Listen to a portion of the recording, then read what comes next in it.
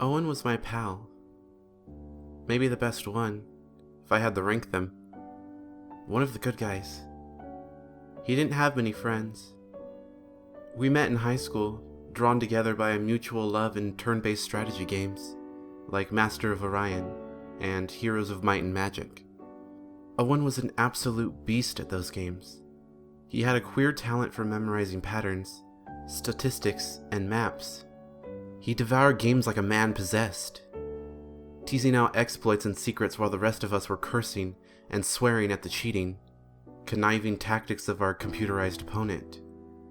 Even 5 years out of college, Owen remained thin as a rake, his eyes looking perpetually surprised through thick spectacles. Life happened to the rest of our little circle of friends. We went corporate, chased the dream, ran the rat race. We never kept in touch like we should have, other than meeting up every few months for a meal.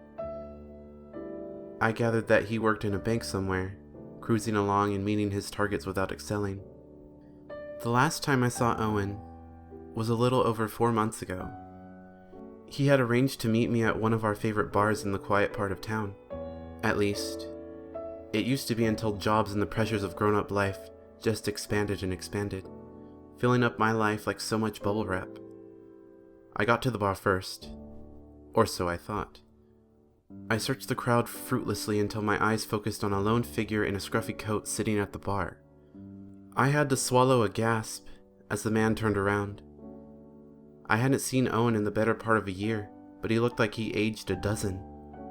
He was thin before, but he was nothing more than skin and bones.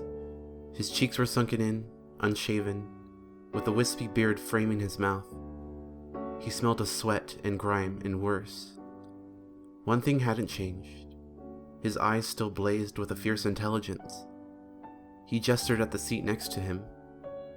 When he spoke, the words came out in a rush. He found something, he said.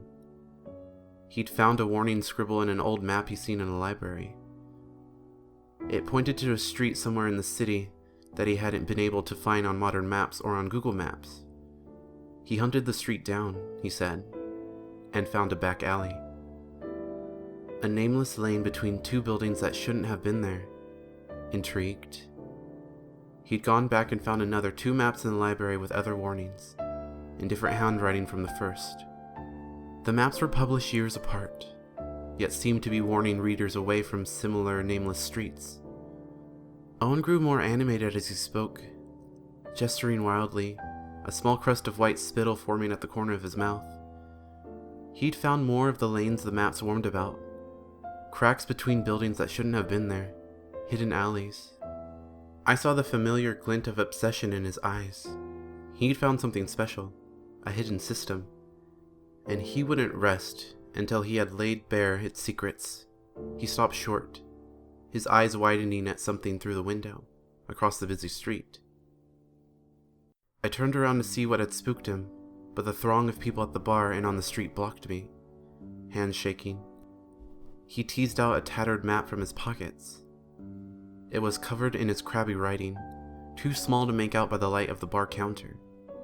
He marked a spot and hurriedly folded up the map, which quickly disappeared into his pocket. It's big, something hidden. I've almost got all the places. I'm almost there. I can't move fast enough. I need something faster. So that's what he wanted. Just to borrow my car for the weekend. I gave him a look that was half pity and half derision. Pity for the friend I knew, and derision for the madman twitching before me. It wasn't the first time I let him drive my car, much less now since we drifted apart.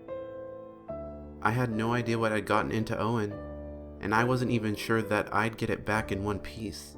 In the end, his plaintive wheedling got the better of me, and I agreed to let him have my car for the weekend. I wished to God I hadn't. I didn't hear anything from Owen that Saturday, or the day after. He didn't pick up his mobile the entire night. I had to get a cab to work on Monday morning, and planned to take my mounting frustrations out on Owen after work. Friendship be damned.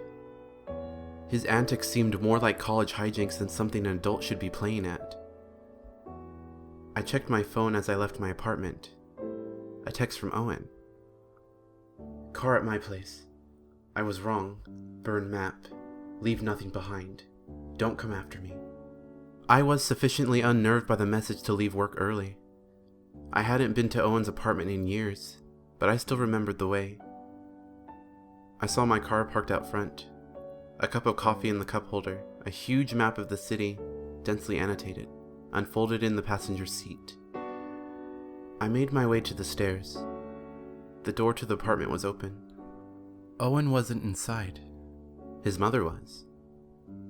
Her face crumbled with a grief that no parent should know. Owen's house was a wreck. His mental decline clearly reflected in his apartment.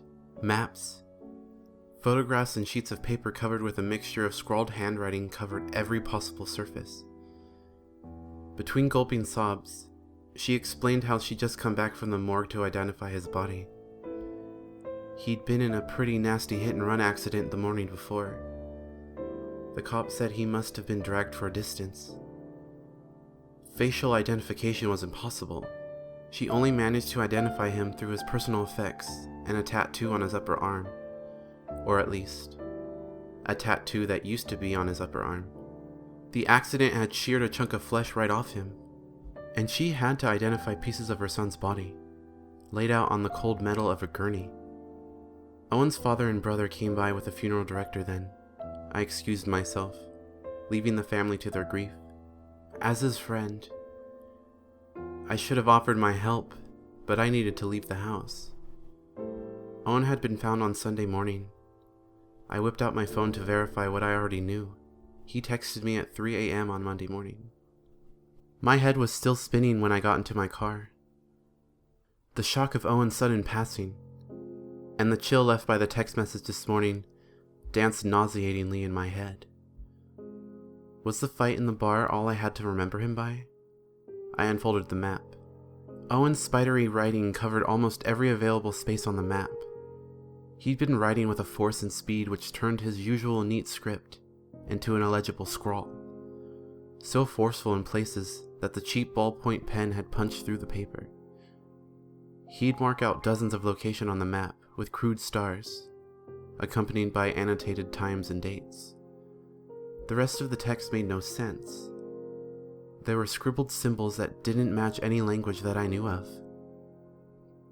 The snatches of English that I could decipher made no more sense than the symbols, products of Owen's obviously addled mind. They watch from the cracks, nameless streets, secret kings and queens of the city. They sing to the dead. They eat the lost. The meaningless text still sent a chill down my spine.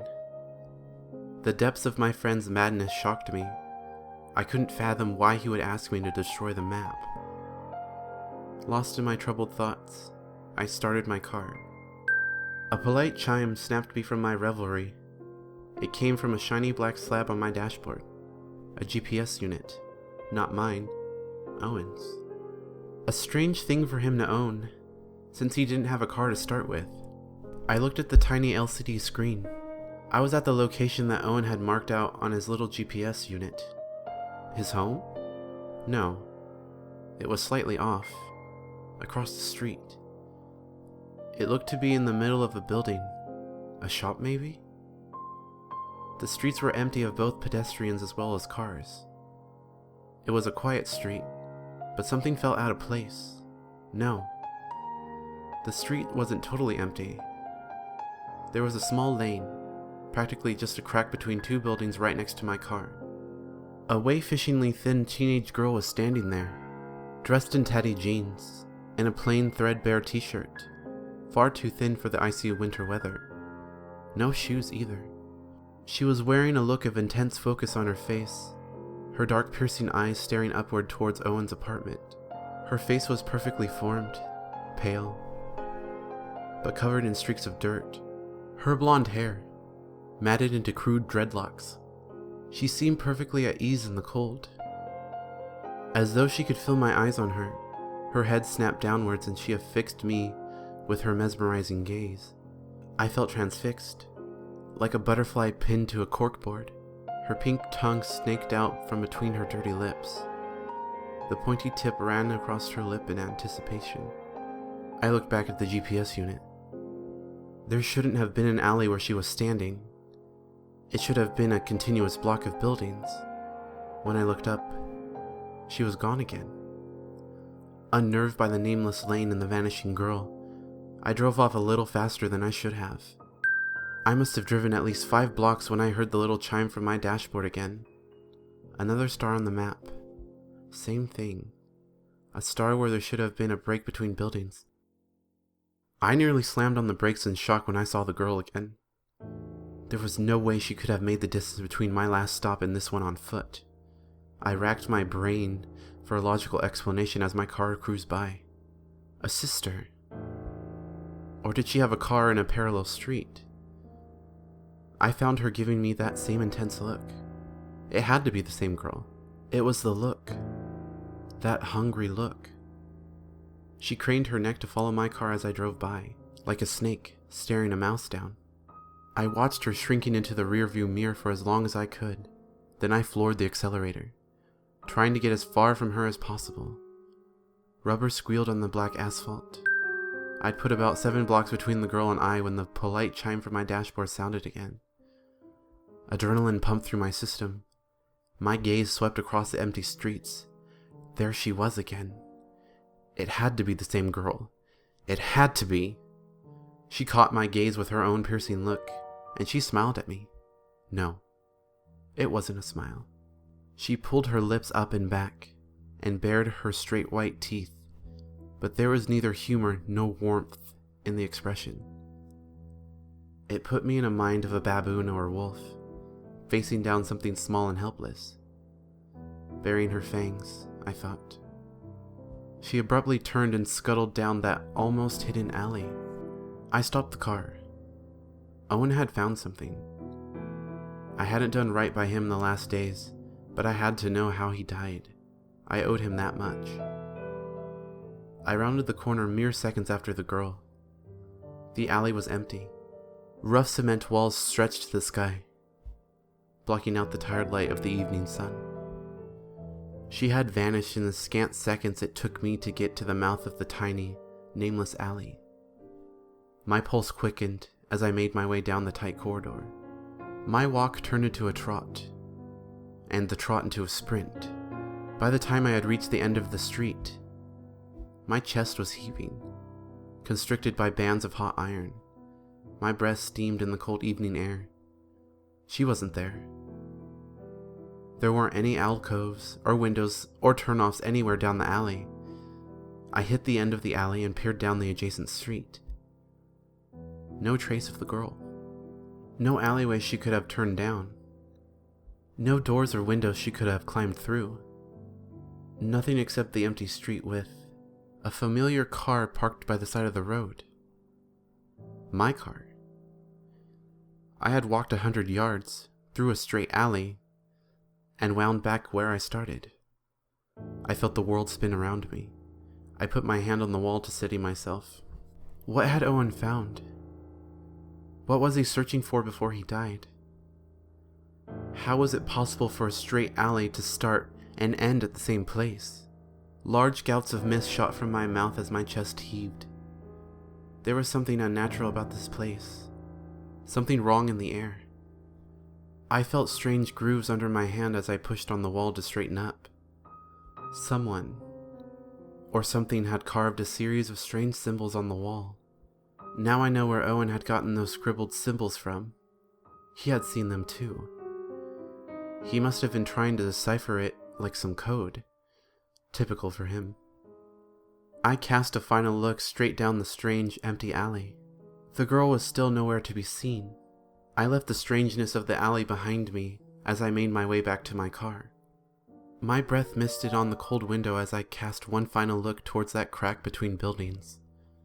That nameless space. The nameless space with the same girl staring out at me. The temperature was close to freezing outside, but I finally realized what had unnerved me about that silent tableau. All that time I was staring at her. I hadn't seen her breath mist up on the crisp evening air. What I saw that day filled up my waking moments like a creeping itch. I would find my eyes magnetically drawn to the hard plastic shell of my glove compartment on the slow commute to work. Owen's mysterious map and GPS navigator skittered around within their prison like caged rats when I took turns just a little too hard, reminding me of their presence. Owen had stumbled onto something strange. He'd found something, and it had consumed him. I'd gone to the funeral with the expressed intention of handing over the map and the navigator to Owen's family. The empty rows in the church showed just how far he'd taken his search. No colleagues, barely any friends. The odd family member. He'd lost his job months ago. Cut off almost all contact with the outside world. Owen's mom had aged a decade since I saw her last. The raw shock of hearing about her son's death replaced with a bone-deep sorrow, painfully obvious in the crinkles in the corners of her eyes, in her sunken cheeks, in her haunted, leaking eyes. I'd whisper my commiserations, saying how sorry I was, all while the truth of the map and Owen's last warning poised at the back of my throat like a wave of bile. I choked the secrets back, where they sat in my gut, swollen and sour. I had to find out more. I spent hours trying to decipher Owen's writing, looking for a pattern in the crazed scribblings. I lacked Owen's skill with codes and systems. There was no pattern I could discern from the constellation of marked locations. No hidden message leapt out from his ravings. There was only one other thing to try.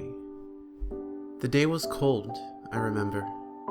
Even for midwinter, not a skin cold. The cold that cuts through your clothes, seeped in with every breath into your lungs. A deep, bone cold. I returned to the first 3 alleys where I'd seen the girl. I found nothing. The alleys were totally empty, in stark contrast to the busy streets just a few yards away. The 4th one was empty too. It was getting dark by the time I got to the 5th point marked on the map. The crowd on the sidewalks had thinned out as the chill got deeper. Owen's handwriting was impossible to read in the weakening light. I rounded the corner and I saw another one. He could have been a brother or a twin to the girl I'd seen. Same blonde hair. A simple fitted t-shirt, jeans, barefoot on the biting cold concrete. He gave me a sardonic stare. He looked to be gnawing at something. A chicken wing or something similar, with great gusto. I saw as he stretched his mouth open to suck the last ounce of flavor off the little morsel, before drawing out the bleached bone from his mouth and flinging it into the distance. He made a little moan, as though he bit into something sour. His eyes still locked with mine. He opened his mouth and rooted around with a questing finger. Finding what he'd been looking for, he hooked out a huge-looking grayish chunk out of his mouth and delicately set it on the floor. Abruptly, he turned, took 3 deliberate steps to the right, and vanished around a turn. I rushed forward to see what he had on the floor. I wish I hadn't. It was a ring. Class of 06. Still slicked wet with saliva on the outside, but sticky red with blood and shreds of tissue on the inside. I instinctively clutched at the identical ring I wore on my index finger. The boy hadn't been chewing on any buffalo wing. He'd been chewing on Owen's finger. The smell of blood hit my nose, sharp and rich through the evening chill. My last meal rushed out of me in a flood, and sat hot and steaming on the cold floor. I turned to face the small nook the boy had walked into. Nothing. Like the girl. He'd vanished. All that lay before me was a featureless dead end. Not featureless. Something that nobody else could have seen. Nobody but Owen and me. There, in the delicate spiderweb of cracks on the concrete, drawn out on a thin black figurine on the wall, was a number of the symbols from Owen's map. When does a search become an obsession? Or when does obsession burst into mania? Owen's degeneration was clear as day to me, but my only descent was far more subtle. The terrible damage of the accident had visited one final indignity on Owen and his kin. They had to say goodbye to the polished wooden veneer of a closed coffin. Had it really been my dear friend in that box? There must have been a few hundred of those rings pressed out. It could have belonged to anyone in my graduating year. Yet, I knew deep inside of me that it had to be Owen's ring I had picked up off the cold cement, wet with spit and blood. My search began in earnest then, to seek out what he had found, hoping beyond reason that I would find my old friend somewhere along the path. It started innocently enough. I'd spend a free evening after work wandering the streets, following Owen's map, each location like another morsel on a trail of breadcrumbs. The trail of clues was maddening.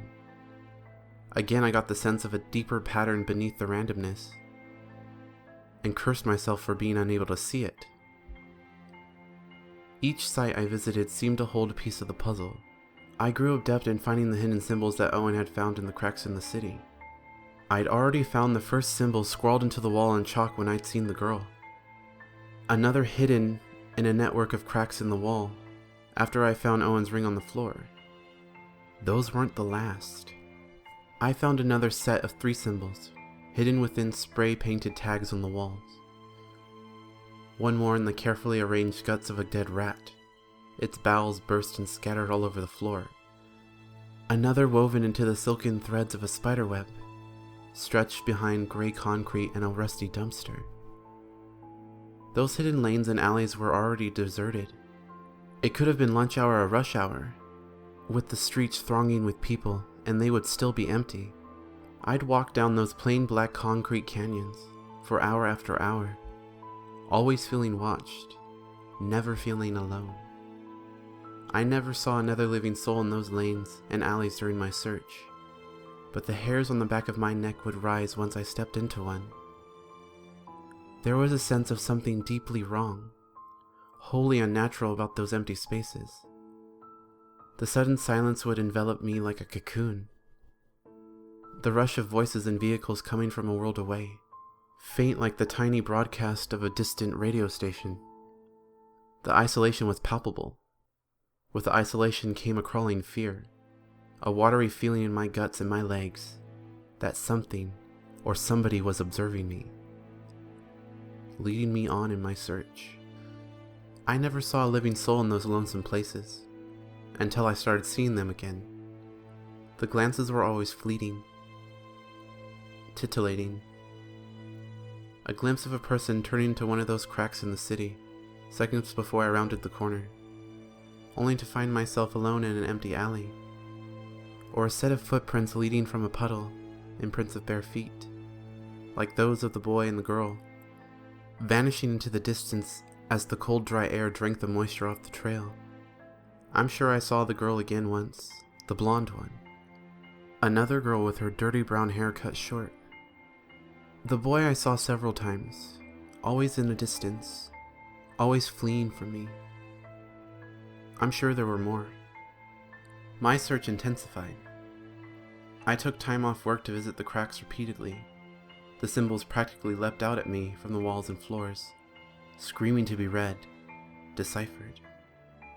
My experience with the first crack never repeated itself, but it was hardly the last oddity I experienced in the cracks. Once, near midnight, I found a crack that stretched from the full city block on the map, yet I could only count 76 paces from entrance to exit. Against all rationality, it measured 76 yards within the crack, but 100 yards on all parallel routes. On yet another day, I went into one of the cracks, scanning the walls for more of those symbols when I emerged, blinking at the sudden brightness. 3 blocks down from where I entered. How could a straight path have deposited me anywhere but directly opposite where I'd gone in? By this point, my search started taking its toll. I'd gone beyond the point of worrying my friends. My phone, once a source of tweets, Facebook updates and text messages slowly went silent. My boss had called me in and told me that he was letting me go. My job would still be waiting for me if I applied again. He put his hand on my shoulder and looked at me in the eye. "I like you," he said. "You've been a great worker, smart and fast.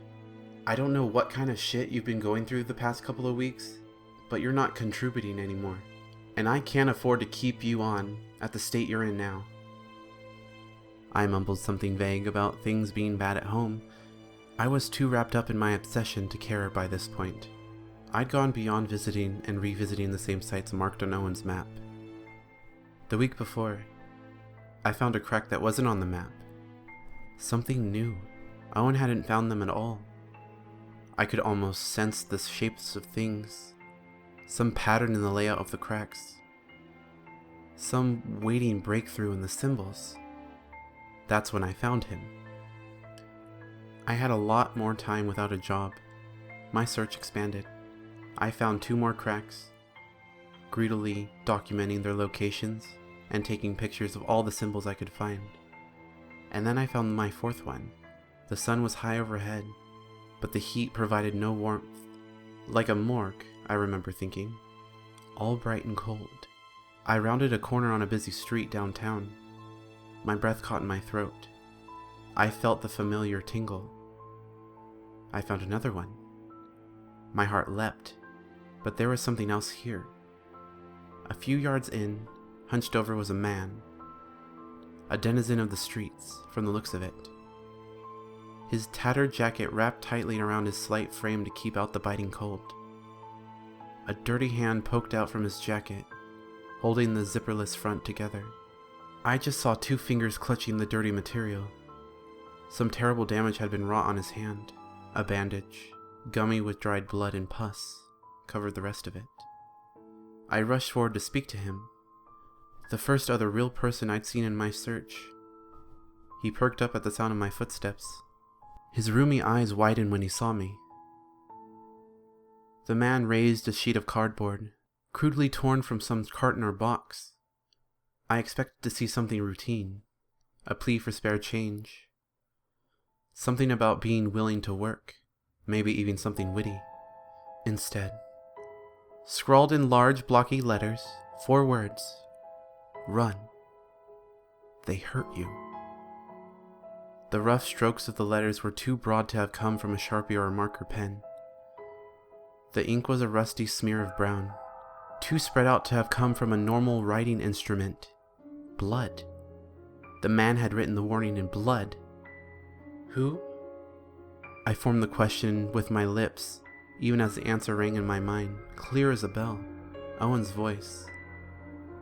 The kings and queens of the city. In that moment, my eyes locked with the clear blue eyes of the wreck of a man in front of me, and the dawning realization hit me like a freight train. Owen. Sweet God in heaven. I was looking at Owen. He'd known it was me all along, of course. But he hadn't expected the look of recognition on my face. He opened his mouth and moaned, a wordless sound of pure anguish. His mouth wide enough for me to see the black stump flapping around inside like a dying fish. The shock of recognition was too much for me. My knees buckled as I backpedaled away from the ruinous vision in front of me. I went over backwards. The impact drove the air from my lungs. The world flashed white as my head met the floor with a crack. I got to my knees, wincing in pain. Owen wasn't there in front of me. I raised my head. The pain felt like a tent spike between my ears. Owen was standing a few feet from me, but he wasn't alone. The blonde girl was standing next to him, dwarfed by Owen's gangly frame. She held his hand delicately, like a nurse leading someone old and infirm. Owen's entire demeanor had changed. Moments before, he had worn an expression of shock and anguish. All that had melted away, and there was nothing but naked fear in his eyes.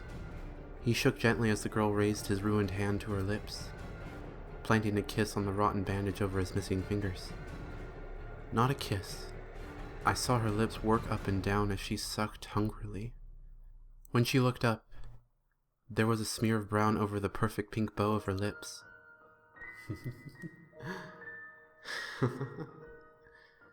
We're coming for you next. There is so little of this one left, and there are so many of us. Her voice was clear and sharp, with just a trace of girlishness. She reached up and stroked Owen's cheek softly, smiling at me. Owen shuddered. The crotch of his jeans darkened as he lost control of his bladder. I tried to get to my feet, but the pain was blinding. The rush of blood to my head whited out my vision again. I blinked ferociously, trying to clear my sight. When the world swam back into focus, Owen and the girl were gone. I rushed forward to the spot where I'd seen him last. Nothing lingered but the faint smell of piss and fear. Like the first time I stepped into one of these cracks, a long concrete canyon stretched out before me. No traces of Owen or the girl. Then the screaming started. The same sound that Owen had made earlier. A sound of pure pain and anguish, torn straight from his soul. It seemed like it was coming from everywhere and nowhere. I spun around like a madman, hoping to catch one last glimpse of my friend. He wasn't there. I put my hand against the wall to steady myself. I snapped my hand back. The wall was vibrating, humming. The screams were coming from the walls. I ran. The streets had emptied out for the evening. I'd lost track of where I was, how far I'd run. I felt like a man coming up for air, surfacing from the depths of a waking dream. A stranger looked back at me from the glass facades of the shops I walked past. An eternity ago, I was young, full of life, and successful. Owen was the vagabond, the kook, the madman. Now we were the same, he and I. Disheveled, unshaven, with one difference. I was afraid now. Afraid of what I'd become. Of how far I'd fallen. Afraid of what I'd been chasing, not knowing that I was being hunted with a greater hunger than I was capable of imagining. I swallowed a little scream as I saw a pale face watching me in the reflection. I peeked over my shoulder. A young man stared out at me from an alley, one of them. The alley was dark. The scant street lighting made it seem like he was floating in shadow. He beamed wildly at me, his teeth white and perfect, and stepped backwards. The darkness swallowed him. My pace quickened. Another alley, another crack, 2 of them this time, staring out from across the street, their eyes bright with mirth and longing. Is that what Owen saw that night in the bar? Was he being hunted too? I broke into a slow jog and then into a flat-out sprint as the fear took root and grew. Owen was dead now. I was sure of it. I had squandered his first warning, and I feared that his second warning had come too late. I had to get home. Destroy the maps like Owen said. Stay away from the cracks. Maybe leave town. There was nothing left here for me anyways. Only one more thing to do. And I've just done it. Like the map Owen found, or the last text he sent me, or the last message to me written in his own blood. I burned the map, deleted all my photos, thrown out the GPS unit. Anything that hints at where the cracks are.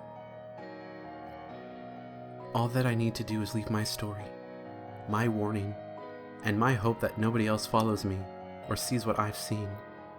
I am done. There are cracks in our cities.